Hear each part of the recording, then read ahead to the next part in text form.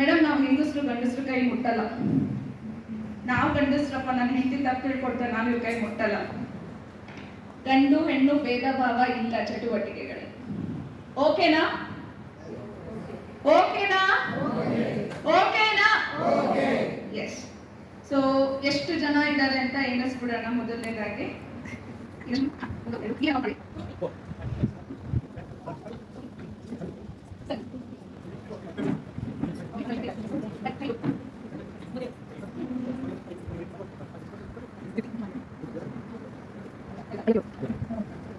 ಈ 61 ಜನ ಇದ್ದೀರಾ. ಸೊ 10 ಜನದ 6 ತಂಡಗಳನ್ನ ಮಾಡಬಹುದು ಅನ್ಸುತ್ತೆ. ನಂಬರ್ 1 ಯಾವುದೇ ರೀತಿ ಸಂಶಯ ಇಲ್ಲ, ಹೌದಾ? ಓಕೆ.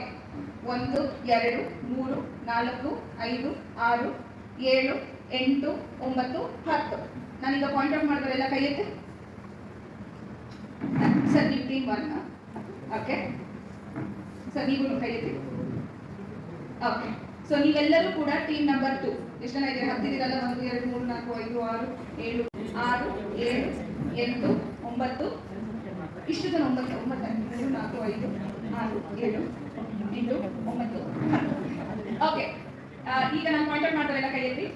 ನೀವಿಷ್ಟು ಜನ ಟೀಮ್ ನಂಬರ್ 3. ಪಾಯಿಂಟ್ ಔಟ್ ಮಾಡಿದ್ರೆಲ್ಲ ಕೈ ಎತ್ತಿ. ನೀವಿಷ್ಟು team number 4. Okay, team number 4 ಕೈ ಎತ್ತಿ. 1 2 3 4 5 6 7 8 9 10. ಪಾಯಿಂಟ್ ಔಟ್ ಮಾಡಿದ್ರೆಲ್ಲ ಕೈ ಎತ್ತಿ. ನೀವಿಷ್ಟು ಜನ ಟೀಮ್ ನಂಬರ್ 5. ಟೀಮ್ ನಂಬರ್ 5 ಕೈ ಎತ್ತಿ. Team number 1 2 3 4 5. ಉಳಿದಷ್ಟು ಜನ team number 6. Okay, team number 6 ಕೈ ಎತ್ತಿ. ಟೀಮ್ ನಂಬರ್ 6 ಕೈ ಎತ್ತಿ. ಸರ್ ನಿಮ್ಮ ಸೈಕ. ಓಕೆ ಓಕೆ ಓಕೆ, ತೊಂದರೆ ಇಲ್ಲ. ಇಲ್ಲಿ ಒಂದಷ್ಟು ಪೆನ್ಸಿಲ್ಗಳಿದೆ, ಆಯ್ತಾ? ಪ್ರತಿಯೊಬ್ಬರಿಗೂ ಈಗ ನಾನು ಪೆನ್ಸಿಲ್ ಅನ್ನ ಕೊಡ್ತೇನೆ, ಆಯ್ತಾ? ಈ ಪೆನ್ಸಿಲ್ ಅನ್ನ ಕೈಯಲ್ಲಿ ಇಟ್ಕೊಳ್ಳೋ ಹಾಗಿಲ್ಲ, ಇಲ್ಲ. ಬದಲಿಗೆ ನಿಮ್ಮ ಮೂತಿ ಮೇಲೆ ಇಟ್ಕೊಳ್ಳಿ.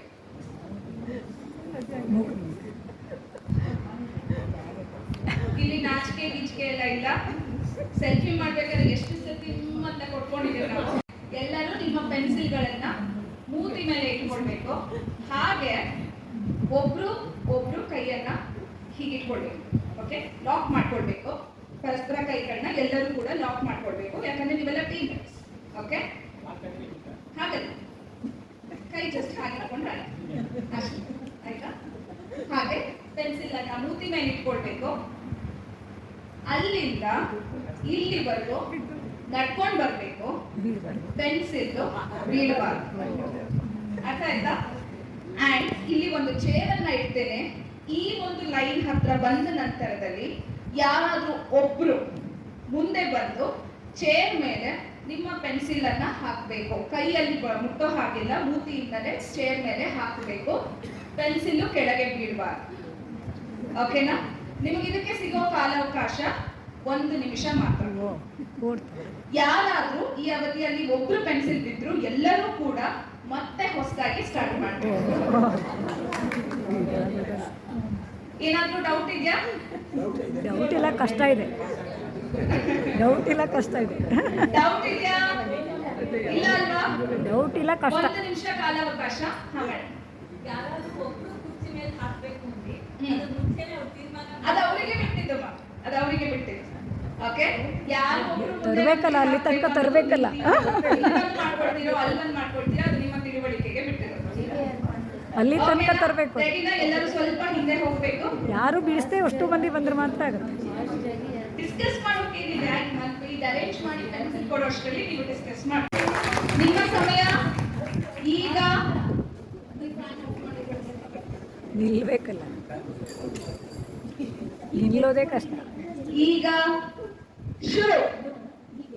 ಎಲ್ಲರೂ ಕೈ ಹಿಡ್ಕೊಳ್ಬೇಕು.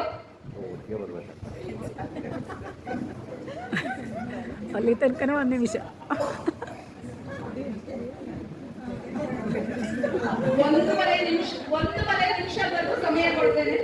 ಎಲ್ಲರೂ ಒಟ್ಟಿಗೆ ಬರಬೇಕು, ಎಲ್ಲರೂ ಒಟ್ಟಿಗೆ ಬರಬೇಕು.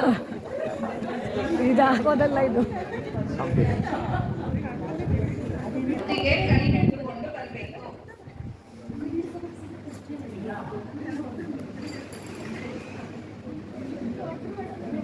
1.5 ನಿಮಿಷದವರೆಗೂ ಟೈಮ್ ಎಕ್ಸ್ಟೆಂಡ್ ಮಾಡ್ತೀನಿ, ಟೈಮ್ ಬೇಕಾಗತ್ತೆ.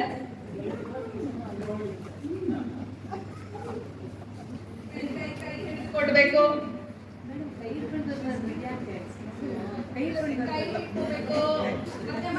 ಮತ್ತೆ ಸ್ಟಾರ್ಟ್ ಮಾಡಿ.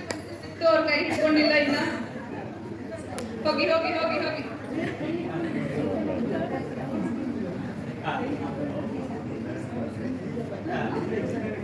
ಇವರಿಗೆ ಟೆಕ್ನಿಕ್ ಗೊತ್ತಾಗಿದೆ, ಮೂತಿ ಮೇಲೆ ಸರಿಯಾಗಿ ಹಿಡ್ದಿದ್ದಾರೆ ಪೆನ್ಸಿಲ್.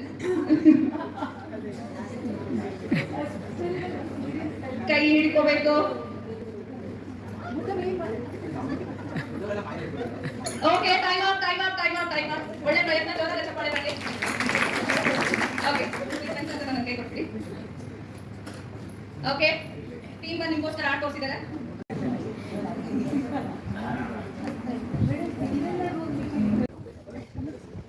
ಶುರು ಮಾಡೋಣ. ಎಷ್ಟು ಚೆಂದ ಇಟ್ಕೊಂಡಿದ್ದಾರೆ. ಎಷ್ಟು ಚಪ್ಪಾಳೆ ಬರಲಿ ಅವ್ರಿಗೆ.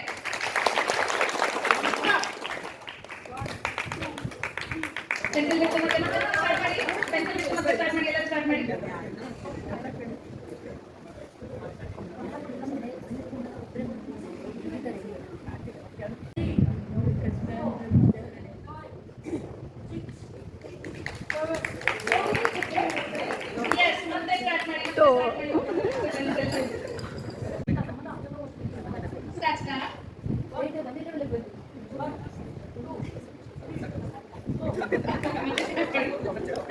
Okay, time up, time up, time up. ಅಲ್ಲಿ ಜೋರ ಚಪ್ಪಾಳೆ ಬರಲಿ ಅವ್ರಿಗೆ, ಜೋರ ಚಪ್ಪಾಳೆ. Time start. ಎಲ್ಲರೂ ಕೈ ಹಿಡ್ಕೊಳ್ಬೇಕು. ಬನ್ನಿ ಬನ್ನಿ, ಚಪ್ಪಾಳೆ ಬರಲಿ. Time start now.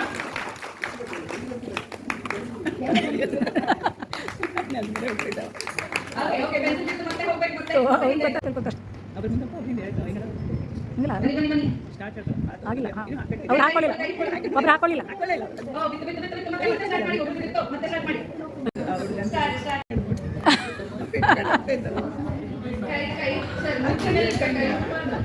ಒಂಬತ್ತೇ ಮಂದಿ ಆದ್ರು, 9 ಮಂದಿ ಇದ್ದಾರೆ, 9 ಮಂದಿ ಇದ್ದಾರೆ.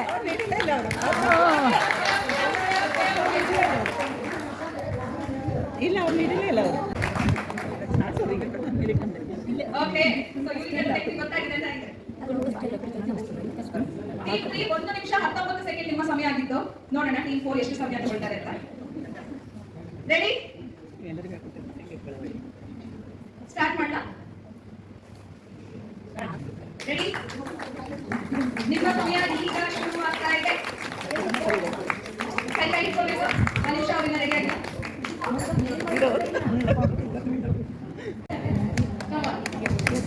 ಚಪ್ಪಾಳೆ ಬರಲಿ, ಚಪ್ಪಾಳೆ ಬರಲಿ. ಎಲ್ಲರೂ ಕೈ ಹಿಡಿದಿರ್ಬೇಕು, ಕೈ ಹಿಡಿದಿರ್ಬೇಕು, ಕೈ ಹಿಡಿದಿರ್ಬೇಕು. Okay okay, yes. Okay, so team 4 ತೆಗೆದುಕೊಂಡಂತ ಸಮಯ 56 ಸೆಕೆಂಡ್ಗಳು. ನಿಮ್ಮ ಟೈಮ್ ಈಗ ಸ್ಟಾರ್ಟ್. ಎಲ್ಲರೂ ಬರಬೇಕು, ಎಲ್ಲ ಬರಬೇಕು.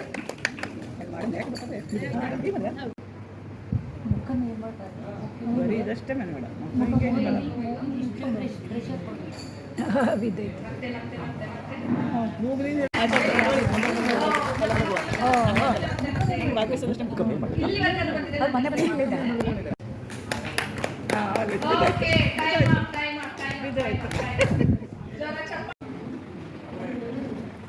ನಿಮ್ಮ ಸಮಯ.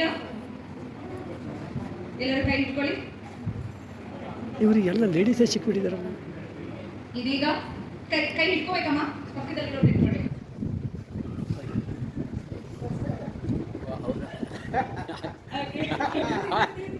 ಯಾರು ಬೇರೆಯವರಿಗೂ ಮಾಡಿಕೊಡ್ತಿಲ್ಲ. ನಿಮ್ಮ ಸಮಯ ಈಗ ಶುರು ಆಯ್ತು. ಅವ್ರನ್ನ ಎಕ್ಸ್ಪ್ಲೋರ್ ಮಾಡ್ರೆ ಒಬ್ರು ಕೈ ಹಿಡ್ಕೋಬೇಕು. ಅಲ್ಲಿ ಕೈ ಹಿಡ್ಕೊಂಡಿಲ್ಲ, ನಿಲ್ಸಿ ನಿಲ್ಸಿ ಕೈ ಹಿಡ್ಕೊಂಡಿಲ್ಲ, ಕೈ ಹಿಡ್ಕೊಂಡಿಲ್ಲ, ಕೈ ಹಿಡ್ಕೊಂಡಿಲ್ಲ, ಅಲ್ಲಿ ಕೈ ಹಿಡ್ಕೊಂಡಿಲ್ಲ. ಅದನ್ನೇ ಟೀಮ್ ಅಂತ ಹೇಳೋದು. ನೋಡಿ, ಎಲ್ಲರೂ ಎಲ್ಲರಿಗೂ ಹೊಣೆ ಆಗ್ತೀರಾ. Yes yes yes yes. ಮತ್ತು ಸ್ಟಾರ್ಟ್ ಮಾಡಿ. ಪೆನ್ಸಿಲ್ ಬಿಟ್ಟು ಅಲ್ಲಿ ಮತ್ತೆ ಶುರು ಆಗಲಿ.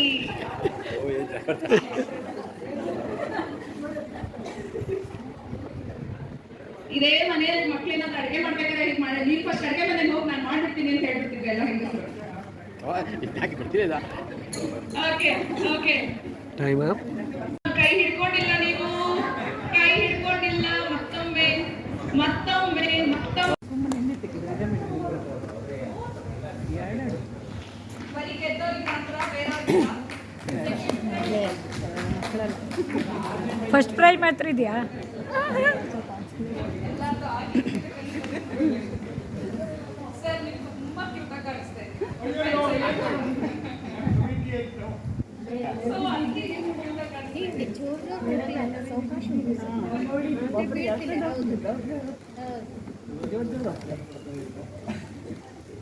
ನಿಮ್ಮೇನಾದ್ರೂ ಕೊಡ್ಬೋದು ಸರ್. Thank you. Yes, ಚಪ್ಪಾಳೆ ಬರ್ಲಿ.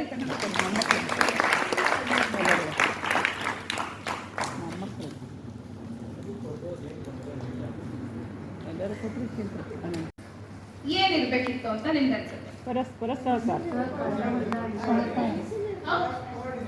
ಕೋಆರ್ಡಿನೇಷನ್, ಕಾನ್ಸಂಟ್ರೇಷನ್, ನಿಧಾನ, ತಾಳ್ಮೆ. ಮೊದಲು ಪ್ರಾಕ್ಟೀಸ್ ಮಾಡಬೇಕು. ಪ್ರಾಕ್ಟೀಸ್ ಮಾಡಬೇಕಿತ್ತು. ಮಾಡಬೇಕಲ್ಲ. Unity. ಅದೇ ಹೇಳೋದು. ಪ್ರೆಸೆನ್ಸ್ ಆಫ್ ಮೈಂಡ್, ಯಾರು ಹಿಂದೆ ಬಿದ್ದಿದ್ದಾರೆ ಹೇಳಿ ನೋಡ್ಕೋಬೇಕು. ಒಂದೇ ಮನಸ್ಥಿತಿ. ಅಲ್ಲ, ಯಾರು ಹಿಂದೆ ಬಿದ್ದಿದ್ದಾರೆ ಅಂತೇಳಿ ಅವ್ರನ್ನ ಅನುಸರಿಸಿ ಹೋಗ್ಬೇಕು. ಓಕೆ, ಬೇರೆಯವ್ರನ್ನು ಗಮನ ಹರಿಸ್ಬೇಕು, ಒಂದೇ ಸ್ಟೆಪ್ ಅಲ್ಲಿ ಹೋಗ್ಬೇಕು. ಒಟ್ಟಿಗೆ ಹೋಗ್ಬೇಕು, ಅದನ್ನೇ ಹೇಳೋದು. ಒಗ್ಗಟ್ಟಿಂದ ಇರ್ಬೇಕು. ಹಿಡ್ಕೊಳ್ಳೋ ಟ್ಯಾಕ್ಟಿಕ್ಸ್ ಗೊತ್ತಿದ್ರೆ ಓಕೆ, ಪೆನ್ಸಿಲ್ ಇಟ್ಕೊಳ್ಳೋ ಟ್ರಿಕ್ ಗೊತ್ತಿರ್ಬೇಕು, ಕಾನ್ಫಿಡೆನ್ಸ್ ಇರಬೇಕು. ಫಸ್ಟ್ ಸ್ಟೇಜ್ ಮೇಲೆ ಬರೋದಕ್ಕೆ ಒಂದು ಕಾನ್ಫಿಡೆನ್ಸ್ ಬೇಕು. ಹೌದು. ಓಕೆ, ಇನ್ನೇನಾದ್ರೂ ಉತ್ತರ? ಎಲ್ಲರದ್ದು ಒಂದೇ ರೀತಿ ಮನಸ್ಸಿರ್ಬೇಕು. ಒಂದೇ ರೀತಿ ಮುಂದೆ ಮಾಡೋಷ್ಟಾದ್ರೂ ಮೂತಿ ಮುಂದೆ ಮಾಡೋ ಕೆಪಾಸಿಟಿ ಇರಬೇಕು. ಅಲ್ಲ, ಎಲ್ಲರದ್ದು ಒಂದೇ ರೀತಿ ಮನಸ್ಸಿರ್ಬೇಕು. ಎಲ್ಲರದ್ದು ಒಂದೇ ರೀತಿ ಮನಸ್ಸಿರ್ಬೇಕು. ಎಲ್ಲರದ್ದು ಒಂದೇ ರೀತಿ ಮನಸ್ಸಿರಬೇಕು. ಜಡ್ಜ್ ಸಪೋರ್ಟ್ ಮಾಡಬೇಕು. ಈಗ ಲಂಚ ಕೊಟ್ಟು ಬಿಡೋದು ಅಂತ. ಆಮೇಲೆ ಕ್ಲಾಸ್ ಲಂಚ ಕೊಡೋದು. ಟೀಮ್ನವರೆಲ್ಲ ನೀವು ಮೋಸ ಮಾಡಿದ್ರಿ ಅಂತ ನನ್ನನ್ನ ಅವರು ಹುಡ್ಕೊಂಡು ಬರ್ಬೇಕು. ಓಕೆ, ನಮ್ಮ ತೀರ್ಮಾನವೇ ಅಂತಿಮ ಆಗ್ಬೇಕು. ಇರಬೇಕು. ಓಕೆ ಓಕೆ, ಕೈ ಹಿಡ್ಕೊಂಡು ಹೋಗಲ್ಲ, ಕಾಂಪಿಟೇಷನ್ ಆಗ್ತಿರ್ಲಿಲ್ಲ, ಒಂದು ಚಂದ ಒಂದು ವಾಕಿಂಗ್ ಆಗಿರೋದು. ಅಲ್ಲ. ಪೆನ್ಸಿಲ್ ಫ್ಲೆಕ್ಸಿಬಲ್ ಆಗಿರ್ಬೇಕಿತ್ತು. ಓಕೆ ಓಕೆ, ಇನ್ನು ಹೋದಷ್ಟು ಇನ್ನು ಯಾವ್ಯಾವ ರೀತಿ ವೆರೈಟಿ ಆನ್ಸರ್ಸ್ ಬರುತ್ತೆ, ಎಷ್ಟು ಕ್ರಿಯೇಟಿವ್ ಆನ್ಸರ್ಸ್ ಬರುತ್ತೆ ಅನ್ನೋದು ಗೊತ್ತಾಗ್ತಾ ಇದೆ. ಎನಿವೆ, ನೀವೆಲ್ಲ ಹೇಳಿದಾಗೆ ಸಂಬಂಧಗಳನ್ನ ಕನ್ಸಿಡರ್ ಮಾಡಿದಾಗ, ಈಗ ಟೀಮನ್ನ ಸಂಬಂಧಗಳಂತ ಅಂದ್ಕೊಂಡ್ರೆ, ನಾನು ನಿಮ್ಮೆಲ್ಲರಿಗೂ ಹೇಳಿದ್ದು ಕೈನ ಹಿಡ್ಕೊಂಡು ಬರಬೇಕು ಅಂತ ಹೇಳಿ. ಹಾಗೆ ಎಲ್ಲರೂ ಕೂಡ ಯುನಿಕ್, ಅದೆಲ್ರಿಗೂ ಗೊತ್ತಿದೆ. ಒಂದೇ ಎತ್ತರ, ಒಂದೇ ದೇಹ ಸ್ಥಿತಿ ಆ ಥರ ಇಲ್ಲ. ಆದಾಗ್ಯೂ ಎಲ್ಲರ ಯುನಿಕ್ನೆಸ್ ಅನ್ನ ಈ ಒಂದು ನಿಮಿಷದ ಕಾಲ ನೀವು ಅಕ್ಸೆಪ್ಟ್ ಮಾಡ್ಕೊಂಡ್ರಿ, ಒಪ್ಕೊಂಡ್ರಿ. ಅವರ ಜೆಂಡರ್ ಆಗಿರ್ಬೋದು, ಅಥವಾ ಅವರು ನಿಧಾನಕ್ಕೆ ಬರ್ತಾ ಇದ್ದಾರೋ, ಫಾಸ್ಟಾಗಿ ಬರ್ತಾ ಇದ್ದಾರೋ, ಮಾಡ್ಲಿಕ್ಕೆ ಆಗ್ತಾ ಇದೆಯೋ, ಮಾಡ್ಲಿಕ್ಕೆ ಆಗ್ತಾ ಇಲ್ವೋ, ಆದ್ರೆ ಈ ಒಂದು ನಿಮಿಷದ ಕಾಲಾವಕಾಶದಲ್ಲಿ ಅವರು ಹೇಗಿದಾರೋ ಹಾಗೆ ಒಪ್ಕೊಂಡ್ರಿ, ಅಕ್ಸೆಪ್ಟ್ ಮಾಡ್ಕೊಂಡ್ರಿ. ಅವ್ರು ಯಾರು ಅಂತಾನೂ ಗೊತ್ತಿಲ್ಲ, ಒಪ್ಕೊಂಡ್ರಿ. ಯಾಕೆ ಒಪ್ಕೊಂಡ್ರಿ? ಬಹುಮಾನದ ಆಸೆ. ಗೆಲ್ಬೇಕು. ಅವಾಗ ಯಾರೋ ಹೇಳಿದ್ರಲ್ಲ, ಸಮಾನ ಮನಸ್ಥಿತಿ. ಎಲ್ಲರಿಗೂ ಒಂದೇ ಮನಸ್ಥಿತಿ ಇತ್ತು, ಒಂದೇ ಉದ್ದೇಶ ಇತ್ತು, ಒಂದೇ ಇಂಟೆನ್ಷನ್ ಇತ್ತು. ಆ ಇಂಟೆನ್ಷನ್ ಏನಪ್ಪಾ ಅಂತಂದ್ರೆ, ನಾವು ಗೆಲ್ಬೇಕು. ಮೇ ಬಿ ಅದನ್ನ ನಮ್ಮ ಸಂಬಂಧಗಳಲ್ಲಿ ಪರಿಗಣಿಸಿದ್ರೆ, ನಮಗೆ ನಮ್ಮ ಸಂಬಂಧ ಮುಖ್ಯ ಅನ್ನೋ ಇಂಟೆನ್ಷನ್ನು ಸಂಬಂಧದಲ್ಲಿ ಇರುವಂತಹ ಎಲ್ಲ ಭಾಗವಹಿಸ್ತಾ ಇರುವಂತಹ ಸಂಬಂಧದಲ್ಲಿರೋರು ಆ ಮನಸ್ಥಿತಿ ಇದ್ದಾಗ ಇನ್ನೊಬ್ಬರನ್ನ ಒಪ್ಕೊಳ್ಳುವಂತ ಮನಸ್ಥಿತಿ ನ್ಯಾಚುರಲ್ ಆಗಿ ಬರುತ್ತೆ. ಹಾಗೆ ಇದೀಗ ಎಲ್ಲೋ ಒಂದು ಕಡೆ ಈ ಮನಸ್ಥಿತಿಯ ಕೊರತೆ, ಇದೆಲ್ರಿಗೂ ಗೊತ್ತಿದೆ ಒಪ್ಕೋಬೇಕು ಅಂತ, ಆದರೆ ಡೈಲಿ ಲೈಫಲ್ಲಿ ಎಲ್ಲೋ ಒಂದು ಕಡೆ ಅದರ ಕೊರತೆ ಅನ್ನುವಂಥದ್ದು ಸಂಬಂಧಗಳಲ್ಲಿ ಬರುವಂತಹ ಭಿನ್ನಾಭಿಪ್ರಾಯಗಳಲ್ಲಿ ಒಂದು ರೀಸನ್ ಆಗಿದೆ, ಒಂದು ಕಾರಣ ಆಗಿದೆ. ಅಂತಹ ಅರ್ಥ ಮಾಡುವಿಕೆಗೆ ಸೆಲ್ಫ್ ಅವೇರ್ನೆಸ್ ತುಂಬ ಮುಖ್ಯವಾಗುತ್ತೆ. ನಾನು ಈ ಹಿಂದೆ ನಿಮಗೆ ಮಾತನಾಡ್ತಾ ಸೆಲ್ಫ್ ಅವೇರ್ನೆಸ್ ಬಗ್ಗೆ ಅರ್ಥ ಮಾಡಿಸ್ತಾ ಇದ್ದೆ. ಬಂದವರು ಅಥವಾ ಮರೆತೋದವರಿಗೆ ಮತ್ತೆ ಒಂದು ಚಿಕ್ಕ ರೀಕ್ಯಾಪ್ ಅನ್ನ ಮಾಡ್ತಾ ಇದ್ದೀನಿ.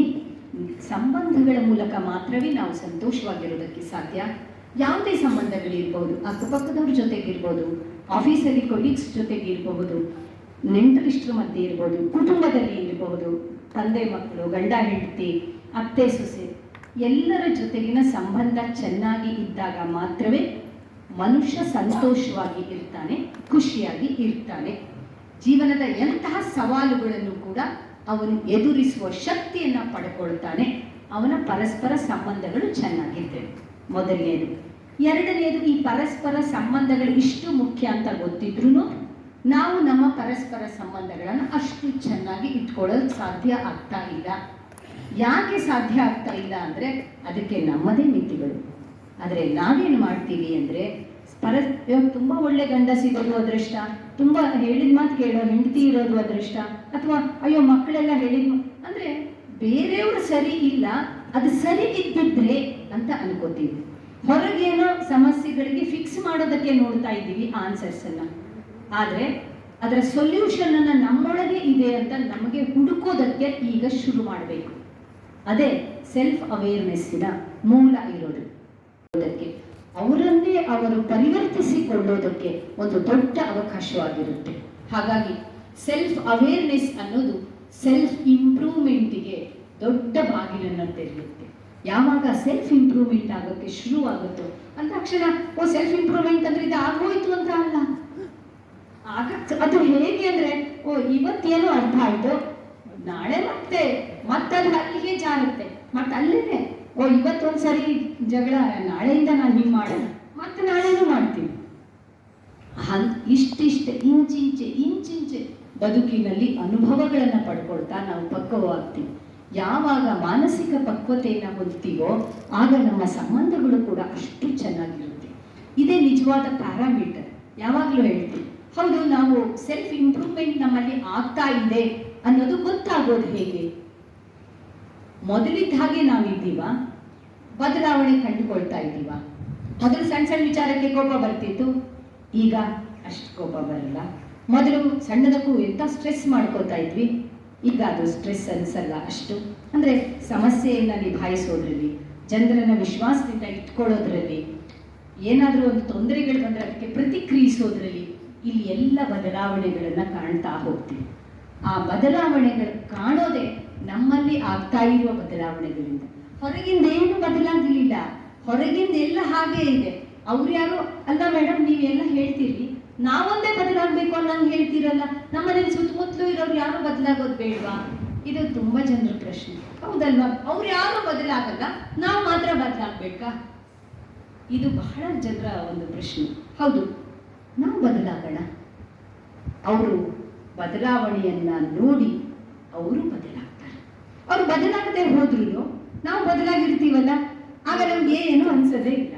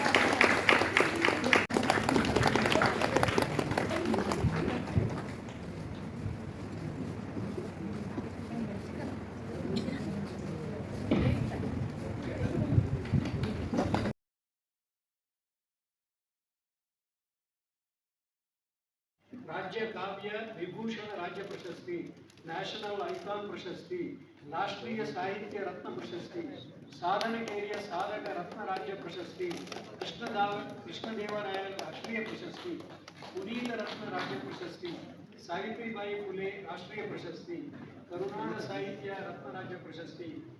ಕೊನೆಯದಾಗಿ ಇತ್ತೀಚೆಗೆ 12ನೇ ಮಾರ್ಚ್ಗೆ ಕರ್ನಾಟಕ ಸರ್ಕಾರದ ಮಹಿಳಾ ಮತ್ತು ಮಕ್ಕಳ ಅಭಿವೃದ್ಧಿ ಇಲಾಖೆಯಿಂದ ನೀಡುವ ಕಿತ್ತೂರು ರಾಣಿ ಚೆನ್ನಮ್ಮ ಪ್ರಶಸ್ತಿಯು ಕೂಡ ಅವರು